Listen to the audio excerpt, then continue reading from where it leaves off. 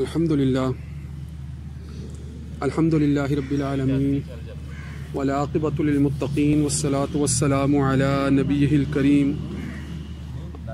اما بعد فاعوذ باللہ من الشیطان الرجیم بسم اللہ الرحمن الرحیم ومن اہل الکتاب من تأمنہ بقنطار یؤدیہ إليك ومنهم من تأمنه بدينار لا يؤديه إليك إلا ما دمت عليه قائما ذلك بأنهم قالوا ليس علينا في الأميين سبيل ويقولون على الله الكذب وهم يعلمون وقال النبي صلى الله عليه وآله وسلم الناس معادن كمعادن الذهب والفضة خيارهم في الجاهلية خيارهم في الإسلام وقال الله تبارك وتعالى إن الله وملائكته يصلون على النبي يا أيها الذين آمنوا صلوا عليه وسلموا تسليما اللهم صل على سيدنا ومولانا محمد وعلى آل وأصحاب سيدنا ومولانا محمد وبارک وسلم علیہ۔ سامعین محترم، ہم اس وقت جس دور کے اندر رہ رہے ہیں اور اس وقت ہم جن مسائل سے دوچار ہیں اس حوالے سے اگر دیکھا جائے تو سب سے بڑے مسائل ہمیں معاشی مسائل نظر آتے ہیں۔ ہمارا ملک اس وقت معاشی بحران سے دوچار ہے اور اس کے علاوہ بھی بہت بڑے بڑے مسائل ہیں۔ معاشی بحران ہے، سیاسی بحران ہے، امن و امان میں تفاوت ہے، دہشت گردی کے بڑے پیمانے پر خطرات لاحق ہیں۔ اگر اصطلاحی طور پر دیکھا جائے تو یہ بڑے عنوان بنتے ہیں، سیاسی و معاشی ابتری یا بحران، یا پھر اسی کے ضمن میں دہشت گردی کے واقعات اور دہشت گردی کی وجہ سے امن عامہ اس وقت جو ہے وہ داؤ پر لگا ہو۔ یقیناً جس بھی دور کی بات ہو، جن بھی مسائل کی بات ہو، رہنمائی اللہ کے کلام ہی سے حاصل کی جائے گی، مدد جو ہے وہ اللہ ہی سے مانگی جائے گی، تائید و نصرت کے لیے اللہ ہی سے دعا کی جائے گی۔ جب ہم اللہ سے تائید و نصرت کی دعا کرتے ہیں تو اللہ تعالیٰ کا کلام ہمیں جو ہدایات دیتا ہے اس کے ساتھ اپنے آپ کو وابستہ کرنا بھی ہمارے لیے پھر اسی طرح ضروری ہو جاتا ہے۔ میں نے آج آپ کے سامنے اسی ضمن میں سورہ آل عمران کی آیت نمبر 75 جو ہے وہ تلاوت کرنے کا شرف حاصل کیا ہے، اور اس آیت کے اندر اگر غور کیا جائے تو بہت حد تک نہ صرف ہمیں ان اصولوں سے آگاہی حاصل ہوتی ہے جن اصولوں کی بنیاد پر جدید معیشت کے اور سیاست کے مسائل عالم اسلام کے لیے گھمبیر ہوئے ہیں، ان مسائل سے اصولی طور پر واقفیت حاصل ہوتی ہے، اور پھر مزید غور کریں گے، اگر اس پر بحث کریں گے تو تفصیلی طور پر بھی ہم بہت کچھ جان جائیں گے کہ ہم جن مسائل سے دوچار ہیں، جن مسائل کا سامنا کر رہے ہیں، ان میں بنیادی وجوہات کیا ہیں اور پھر اسی تفصیل میں ہمیں یہ بھی جاننا ہوگا کہ ہمارے اندر کون سے پہلو ہیں جن کی طرف ہمیں توجہ کرنے کی ضرورت ہے اور جن کی وجہ سے ہم ان مسائل سے نکل نہیں پا رہے. یہ ایک لمبا اور تفصیلی موضوع ہے. ظاہر ہے مسائل چھوٹے نہیں ہیں تو پھر موضوع بھی بڑا لمبا اور تفصیلی ہے. میں کچھ آج صرف آپ کے سامنے ابتدائی گفتگو کروں گا، پھر اسی گفتگو کو آگے جو ہے وہ بڑھاتے چلے جائیں گے آئندہ جمعوں میں، تاکہ نہ صرف مسائل کا ادراک ہو بلکہ مسائل سے نکلنے کے لیے کوئی تدبیر، کوئی حکمت عملی، کوئی لاہ عمل، کوئی مشورہ سامنے آ سکے. پہلے جو ہے وہ اس آیہ کریمہ کا مفہوم تھوڑا سمجھ لیں، تاکہ مفہوم سمجھنے کے بعد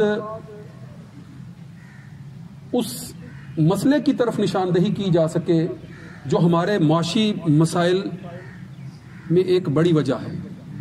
اور بھی وجوہات ہیں مگر ایک سب سے بڑی وجہ جو ہے اس کی طرف جو ہے وہ اس آیت میں اشارہ مل جاتا ہے. غور کرنے والوں کو بات سمجھ آئے گی انشاءاللہ. ذرا غور کیجئے گا.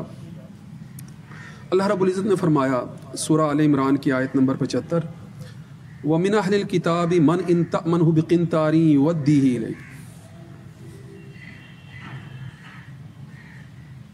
مخاطب جو ہے وہ آپ صلی اللہ علیہ وآلہ وسلم ہے، اور اسی اعتبار سے جو ہے وہ ساری امت مخاطب ہے. قرآن مجید کن سے خطاب کر رہا ہے، کن سے کلام کر رہا ہے؟ آپ صلی اللہ علیہ وآلہ وسلم پر نازل ہو رہا ہے تو آپ کے ذریعے سے ہم تک پہنچ رہا ہے، تو ہم سب اس کے مخاطب ہیں. تو ہمیں آگاہ کیا جا رہا ہے کہ اہل کتاب میں سے، من اہل الکتاب، اہل کتاب کون لوگ ہیں؟ آسان الفاظ میں یہود و نصارہ.